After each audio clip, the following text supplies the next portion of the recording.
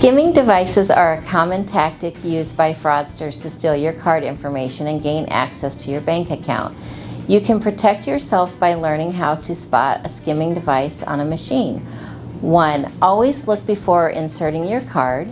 2. Look at the keyboard and card reader. Do they look normal? Are they different from others you've used? Do the keys look bigger than normal? 3. If you're at a fuel pump, is the seal or tape around the card reader broken? Does the door to the card reader area look forced open? 4. Look inside the card reader. Is anything hidden there? 5. Wiggle the card reader and keyboard to see if they are loose. Is it hard to insert your card? Are the graphics on the screen aligning with the buttons? If not, don't use it. 6. Always use fuel pumps and ATMs in safe places. Don't use pumps that are out of sight of the gas station clerk.